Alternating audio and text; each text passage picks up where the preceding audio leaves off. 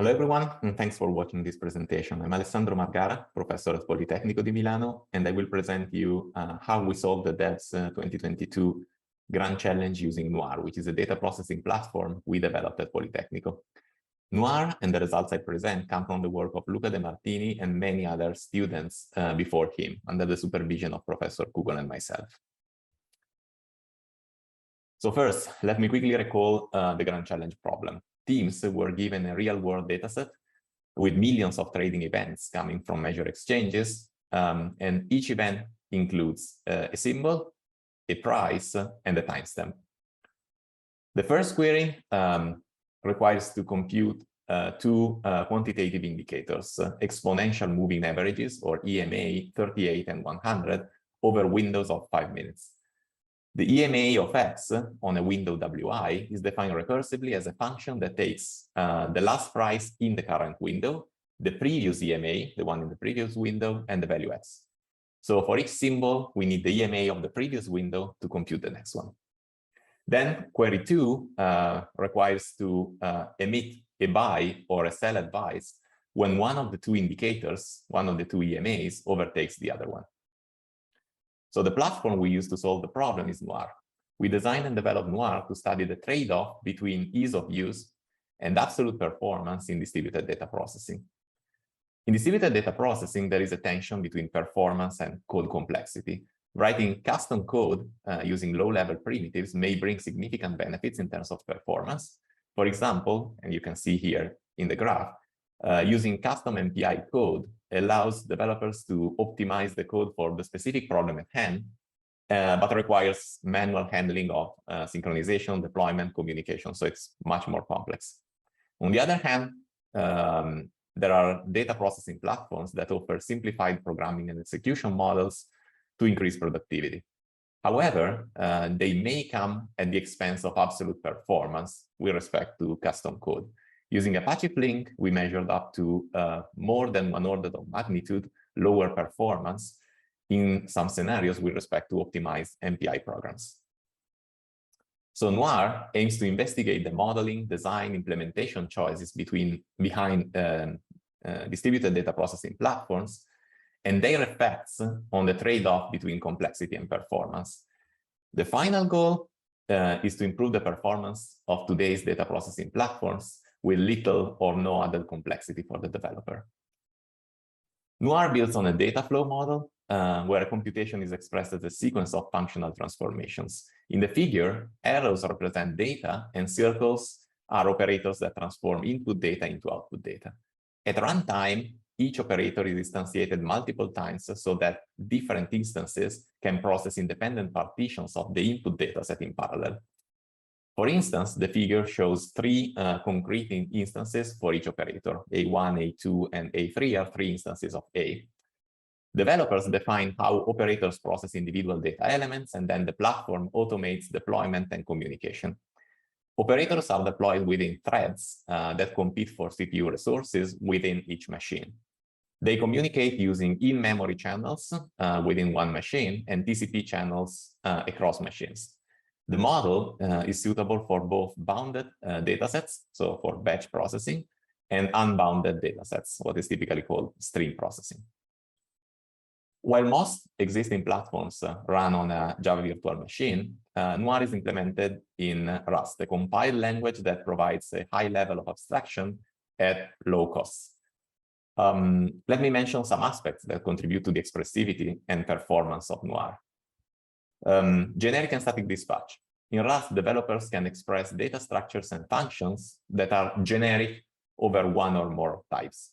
For instance, all Noir operators consume and produce a generic stream of T, which represents a bounded or unbounded data set of a generic type T. This construct is implemented at no cost in Rust, which adopts static dispatch. That means that the compiler generates a separate version of each generic structure or function for each type in the program. And invocations to generic functions are translated into direct calls to the correct version. Memory management. Rust provides automatic and safe deallocation of memory without any overhead of a garbage collection. Threads and serialization. traits represent a collection of functionalities, which in some cases may be automatically derived. Noir uses traits to automatically derive efficient serialization and deserialization code for user-defined data, resulting in efficient code with no additional effort for the programmer. Overall, as a result, developers are provided a high-level API that simplifies the definition of data processing tasks. It includes, to mention just a few operators, stateful operators, windows, split and joins, and iterations, including nesting iterations. Now, here is the architecture of our solution of the DEBS Grand challenge in Noir. First, we have a gRPC component that receives and forwards data to the evaluation platform using the gRPC protocol. It receives batches of events. Each batch contains events. There were 10,000 events in the challenge, and a list of subscriptions. The subscriptions are symbols for which the evaluation platform expects some results for that batch. Next, the flat map operator unboxes events and subscriptions from batches. The group by operators partitions them by symbol, so the next rich flat map operator can compute the actual results in parallel for different symbols. The rich prefix here in the name indicates that the operator is stateful. It stores the information needed to compute the next exponential moving average for each symbol. Upon receiving a subscription, the rich flat map sends its results to a collector that forwards the result back to the gRPC component and back to the evaluation platform. Notice that all the components here expect with the exception of the gRPC component, were already present in the standard library of Noir. And the gRPC component itself can be reused. So actually, we noticed that the gRPC communication may easily become a bottleneck, so we carefully engineered it. We opened parallel connections and we received multiple batches in parallel. So we make sure that there are always new data, new batches to feed into the next operators of Noir. The number of parallel connections balances throughput and latency. So increasing the number of parallel connections accumulates input batches and increases the overall throughput, but it may come with an increased latency because batches need to wait before the previous ones are completed. Finally, we implemented an optional smart visualization tool by storing the indicators into Redis with the time series module and loading them into a Grafana dashboard. Here is an example of a screenshot. And now some results. These are taken from the Grand Challenge evaluation platform without the optional visualization module. On the left, we have the total execution time to process the entire dataset, which indicates the throughput of the system. How long does it take to process the dataset? On the right, we have the average latency to process each batch. On the x-axis here, we change the parallelism, meaning the number of operators that process symbols in parallel. So the rich flat map operators, if you remember the graph from the previous slides. From the graphs, we notice that the parallelism here does not affect the results. And this indicates that something else, not the processing of the queries, is the bottleneck in the evaluation platform. And indeed, here we show how the results change with the number of gRPC connections between Noir and the evaluation platform. The execution time decreases, meaning a higher throughput, up until 4 parallel connections, and then it stabilizes. At this point, we are receiving exactly 2.5 gigabit per second worth of data.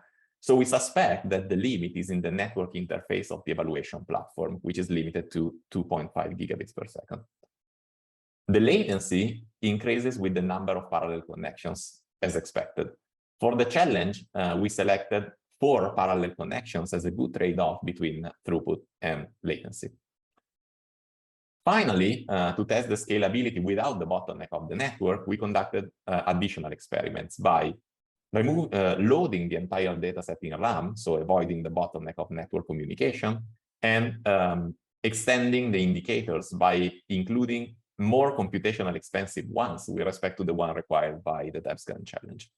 So this shows how easy it is to extend the platform with different sources. So read from RAM rather than read from gRPC. So different sources and different operators because we implemented new indicators.